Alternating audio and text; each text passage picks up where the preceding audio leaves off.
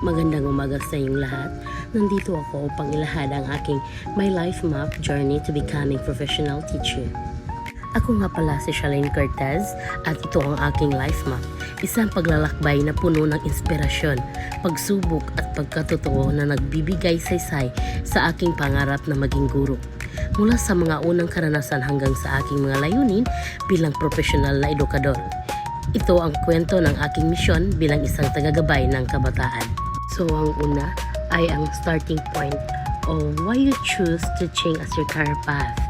So pinili ko ang pagtuturo bilang aking propesyon dahil nais kong maging instrumento ng pagbabago. Sa murang edad pa lamang ay naranasan ko kung paano makapagpabago ng buhay ng isang mabuting guro. Mula sa simpleng pagtuturo hanggang sa magbibigay ng tiwala at inspirasyon. Pangalawa ay ang milestone.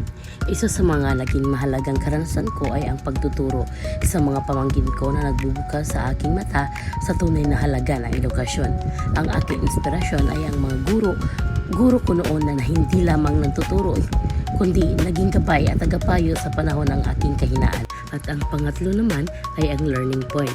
Natutunan ko ang mga tungkulin ng isang guro bilang tagapagturo, tagagabay at tagapagtaguyod ng karapatan ng mga aral.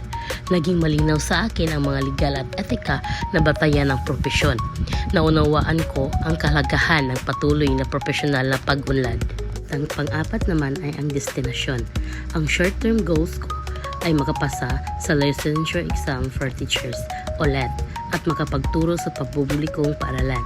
At ang long-term goals ko naman ay maging isang guro sa kolehiyo o guro sa elementarya at makapagtayo ng sarili kong learning center. At ang panglima naman ay ang professional advancement. Plano kong ipagpatuloy ang pag-aaral sa pamamagitan ng pagkuha ng master's degree sa edukasyon, pagdalo sa mga seminar at workshops, at aktibong pagiging bahagi ng mga organisasyong pangguro. At ang panghuli ay ang symbols. Ang aklat ang unang simbolo ng aking pangarap. Simula pagkabata, naging takbuhan ko ang mga aklat. Dito ko natutunan ang halaga ng kaalaman at ang kapangyarihan ng edukasyon. Bilang magiging guro, nais kong maging tagapagturo ng hindi lamang impormasyon, kundi ng karunungan at pag-unawa. At ang pangalawang simbolo ko naman ay ang yapak ay kumakatawan sa mga hakbang na aking tinatahak, mabagal man o mabilis. Tuwid man o liko-liko, ang bawat karanasan ko bilang mag-aaral, tutor, anak at leader sa paaralan ay naging mahalagang bahagi ng aking paghubog bilang isang tagapaglingkod sa larangan ng edukasyon. At ang pangatlong simbolo ko naman ay ang ilaw. Ilaw naman ang sumisimbolo sa aking layunin bilang guro. Ang maging liwanag ng pag-asa at inspirasyon sa bawat mag-aaral. Nais kong maging gabay sa gitna ng dilim, magbigay lakas sa oras ng paghihina at mag-alok ng pag-asa sa mga nawawala ng tiwala sa sarili.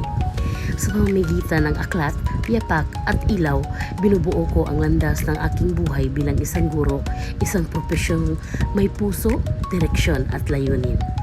At yun lamang ang aking life map. Maraming salamat.